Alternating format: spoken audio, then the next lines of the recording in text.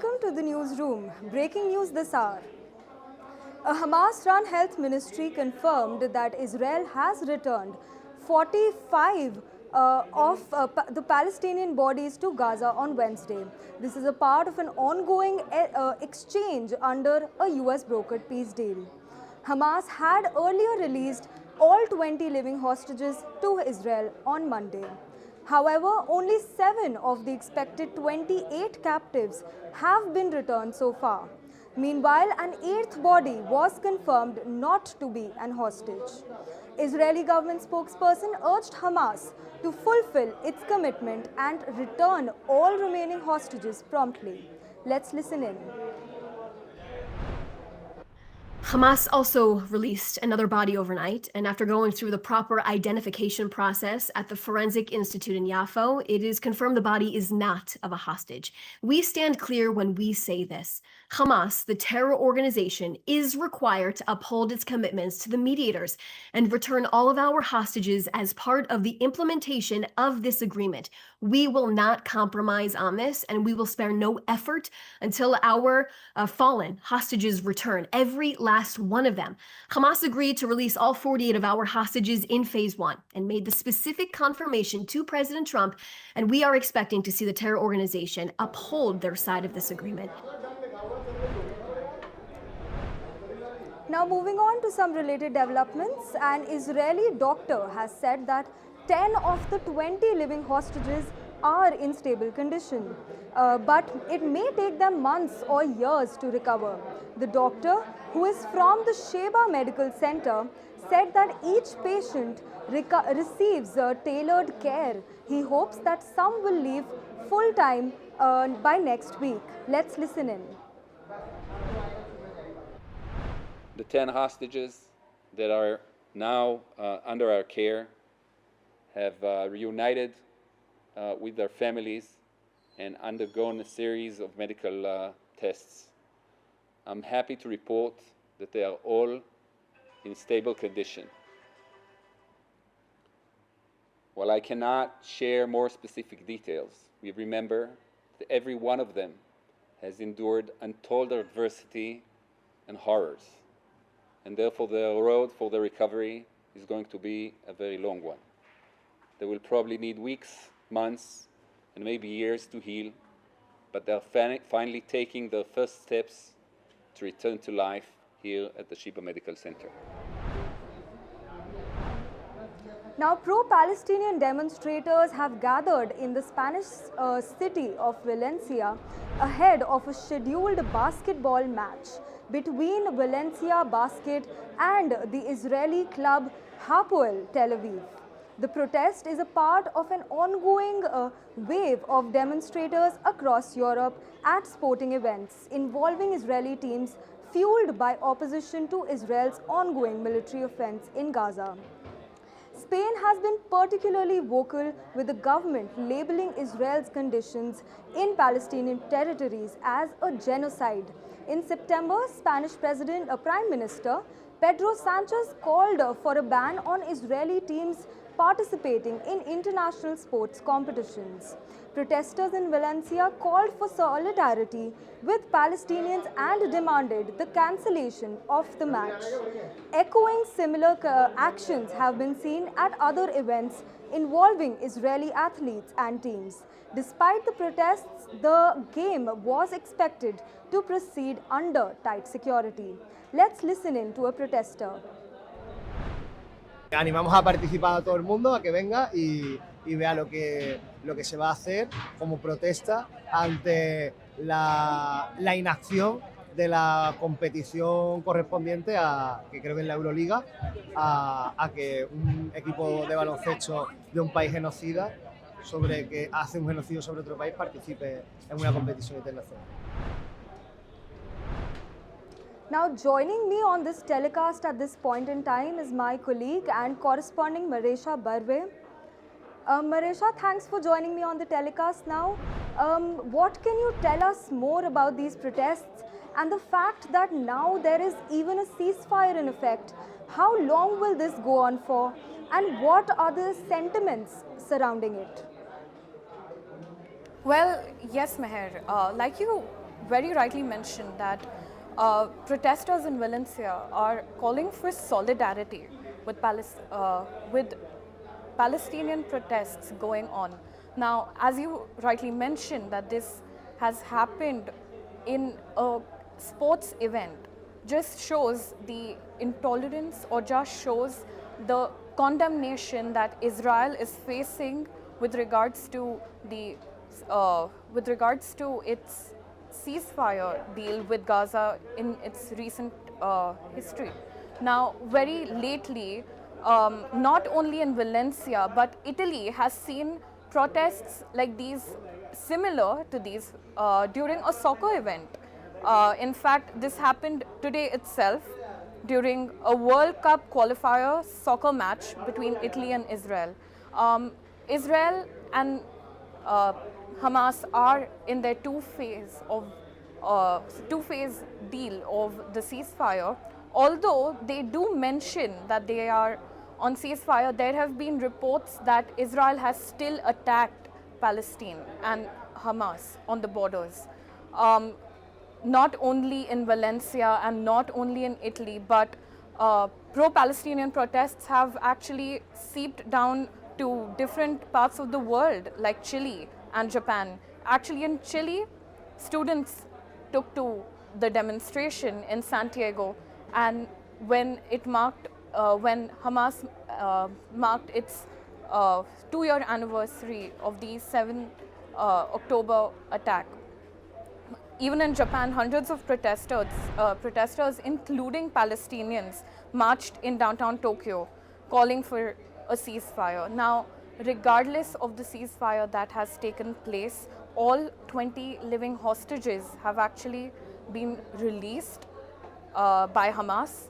Hamas also said on Monday that it will hand over the bodies of 4, have actually handed over 4 of the remains of the bodies. Israel has said that more than 2,000 Palestinian prisoners have also been released as part of this ceasefire deal. Now, with this mass condemnation that is seeping through globally, it is not only affecting global trade dynamics or politics, but it's also seeping into the world of sports. Any kind of activity that Israel has is facing condemnation. Unfortunately, we don't know how long, even though they say that ceasefire is still in action, yet we are going to wait and see how in the coming days we handle, and hope that Israel and Hamas have no more further clashes harming any civilians ahead. Well, thank you, Marisha. Now I would like to move on. A top US commander in the Middle East, Admiral Brad Cooper, has urged Hamas to stop targeting Palestinian civilians under public execution of alleged collaborations. He called on the group to fully comply with US President Donald Trump's 20-point Gaza peace plan and disarm, seize the historic opportunity for peace. Since the partial Israeli withdrawal under the US-backed ceasefire, Hamas has still intensified control over Gaza, carrying out street executions and clashes with armed clans. Cooper stressed that mediators and is working to enforce peace and protect civilians. Israel and US maintain that Hamas cannot have a role in any future Gaza government.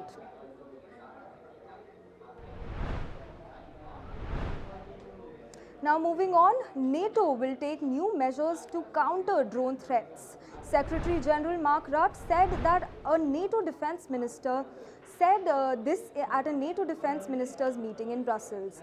He highlighted and the stepped up violence along the eastern flank, including the Eastern Sentry initiative in the Baltic Sea. NATO is testing systems to detect and track and neutralize aerial threats, and will use procurement to rapidly develop cost-effective counter-drone capabilities. NATO also noted recent cooperation with Ukraine and 9 allies to support Denmark's drone defense. He emphasized NATO's defense nature and readiness to act against threats and close coordination with the European Union on military capabilities. Let's in fact listen into what the NATO General Secretary Mark Rutte had to say. We also discussed our deterrence and defense posture and some of the ways in which we are innovating to deal with new and novel challenges, including those posed by drones. As a result, NATO will implement a number of additional counter-drone measures that will build on and expand and accelerate our ability to counter drones. Earlier this month, 9 allies came together along with Ukraine to support Denmark's ability to counter potential drone threats. I think this is a powerful example of the quick and effective cooperation that is made possible through NATO. Now moving on, US Defense Secretary Pete Hegseth has warned that Washington and its allies are ready to impose new costs on Russia in the war in Ukraine. Speaking at NATO headquarters during a meeting of the European Defense Contact Group, Hegseth said that the United States stands prepared to take defensive action alongside its partners. He added that the US War Department is ready to do its part in ways that only America can. Let's listen in to what Pete Hegseth had to say. Now, if this war does not end, if there is no path to peace in the short term, then the United States, along with our allies, will take the steps necessary to impose costs on Russia for its continued aggression. If we must take this step, the U.S. War Department stands ready to do our part in ways that only the United States can do. Germany's Defense Minister Boris Pistorius has announced that Germany plans to spend $11.62 billion in the coming years on various drone programs. The announcement was made at a NATO defense ministers meeting in Brussels. Pistorius also said that Germany intends to lead a European Union air defense shield and will boost its role in air policing. A ministry spokesperson added that Germany will deploy 2 Eurofighter jets to Polish Malbork from December through March, strengthening regional security amid rising tensions in Europe. Now shifting our focus from some news updates to the United States, British Prime Minister Keir Starmer has pledged to release key evidence provided to prosecutors after the collapse of a major case involving alleged Chinese spying. The Crown Prosecutor's Service dropped charges against 2 men last month, citing a track of crucial evidence confirming China as a national security threat. Evidence it was said to be provided by the government. Now Starmer also blamed the previous Conservative administration under which the charges were brought. And he also denied the political interference in this case. He announced that full witness statements from the Deputy National Security Advisor will be published to ensure transparency. The case has reignited political debate over UK's stance and China's national security. Listen in to the comments made by British Prime Minister Keir Starmer. Last night, the Crown Prosecution Service clarified that in their view, the decision whether to publish the witness statements of the DSNA is for the government. I have therefore carefully considered this question this morning, and after legal advice, I have decided to publish the witness statements. The Leader of the Opposition was Business Secretary at the time. In September 23, the Leader of the Opposition said, her words, September 23, the relevant year, her words, "We should certainly not be describing China as a foe."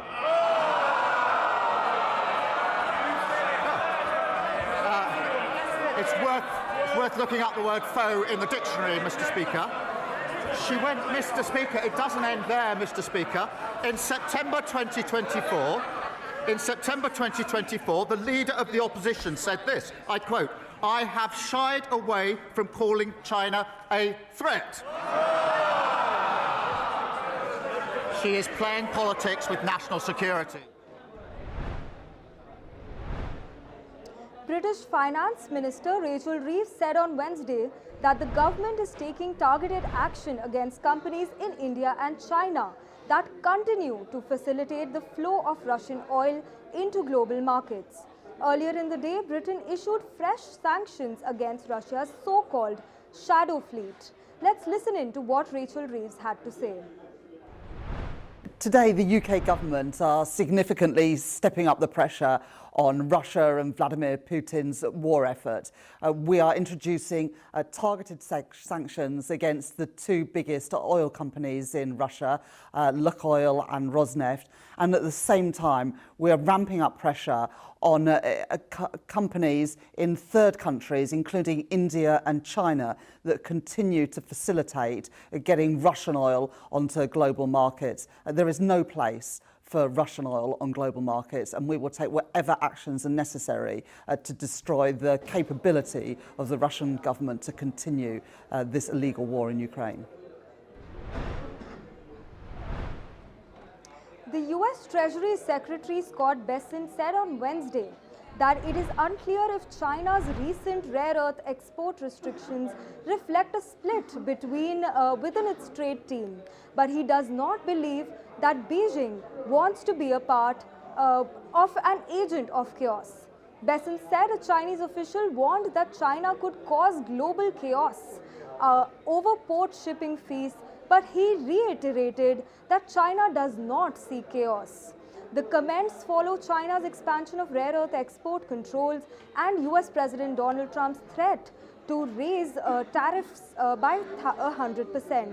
Now, Bessent said that US is working to set up a meeting between Trump and Chinese President Xi Jinping to keep ties on track.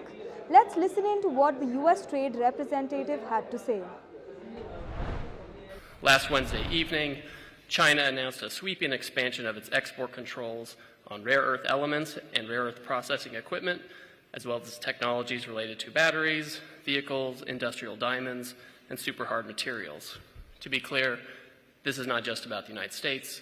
These actions, if implemented, would apply to the entire world.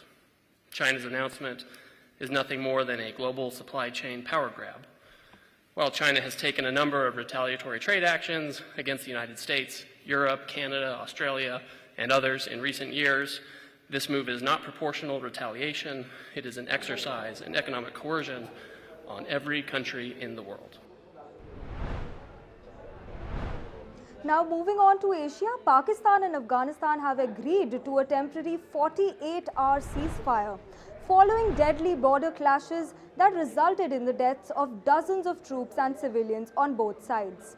The Pakistani Foreign Ministry announced on Wednesday that the ceasefire would begin at 6 p.m. local time at the request of the Afghan Taliban regime.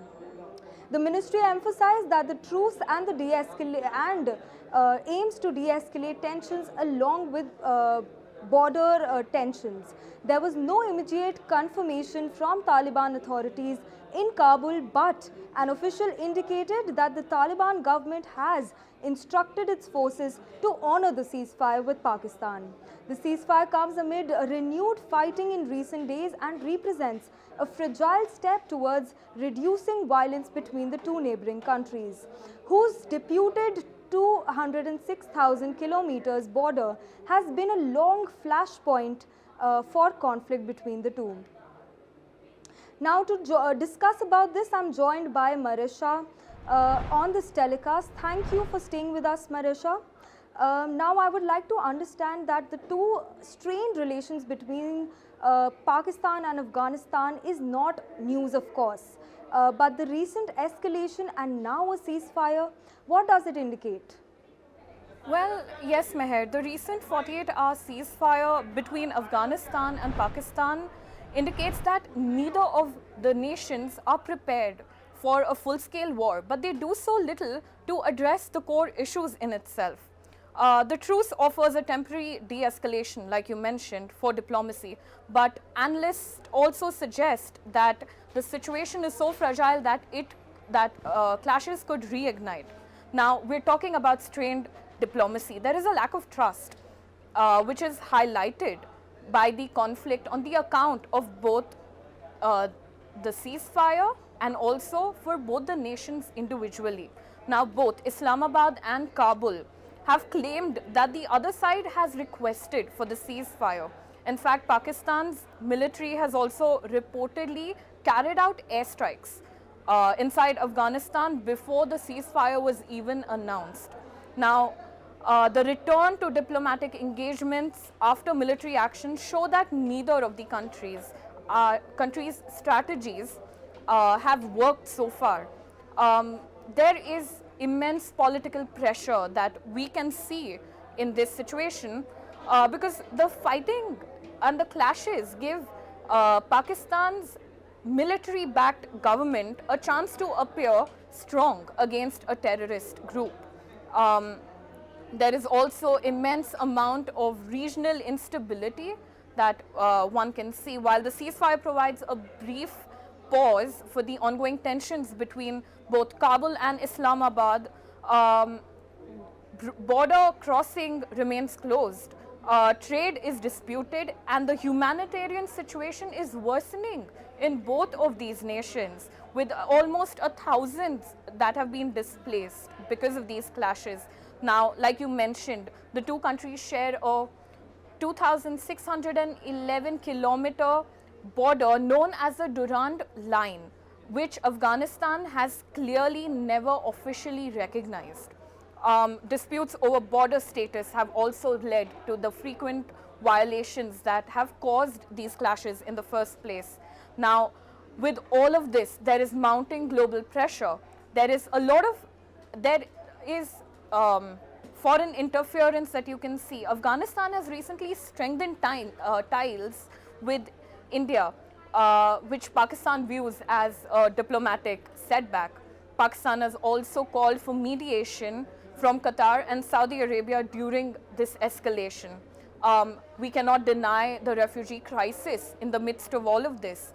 Pakistan has been conducting mass deportations of undocumented Afghans since 2023, and millions of Afghans, including many who have fled from the Taliban, have widely been criticized. Now, with all of this speculation, and there is a lot of eyes globally on Kabul and Islamabad and their clashes, but with that, we're looking at a lot of instability, a lot of clashes, a lot of diplomatic setbacks that both the nations are about to face.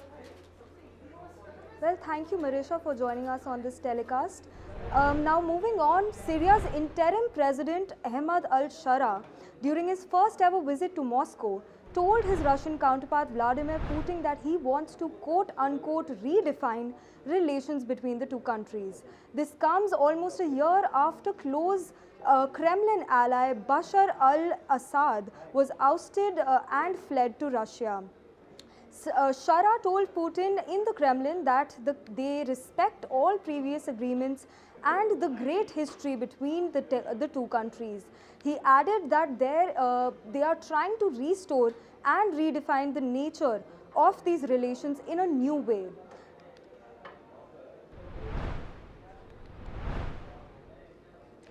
Former Kenyan Prime Minister Raila Odinga has died at the age of 80. In Kerala, he suffered a cardiac arrest during his morning walk and had been under treatment for the past 5 days.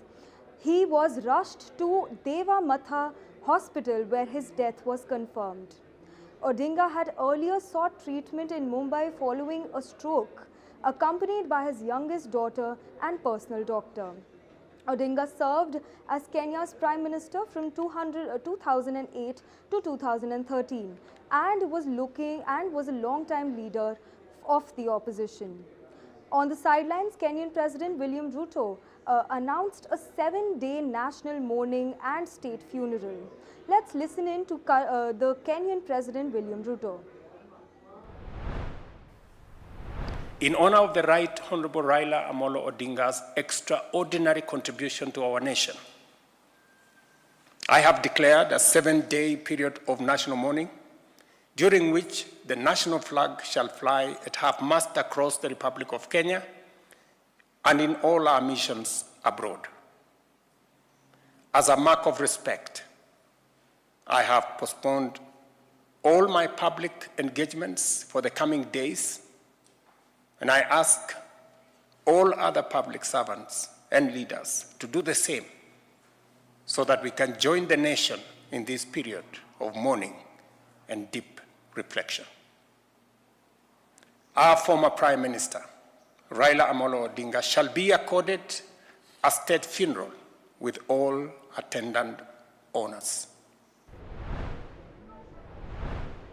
Meanwhile, emotional scenes unfolded across the country with hundreds gathering in the Kereba region.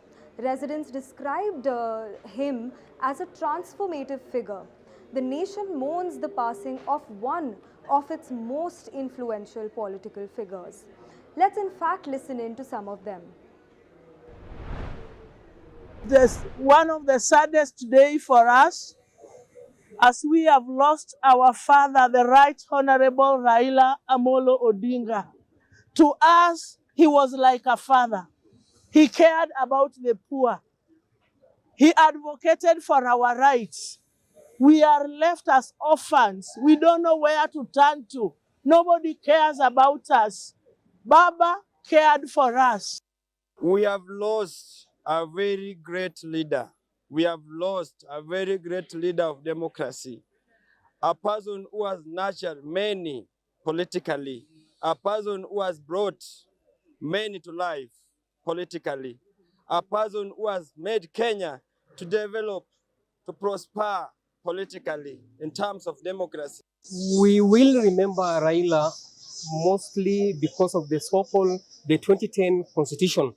Raila has played a very big role in making sure that we have constitution of the Republic of Kenya into place. And the only challenge that we have is in as far as the implementation is concerned, but we are yet to see into it that it is being implemented. Then secondly, concerning succession, we're not seeing anybody who would succeed Raila Odinga, because what he did in this republic, not only in Kibra, he has played a very big role in making sure that Kenyans are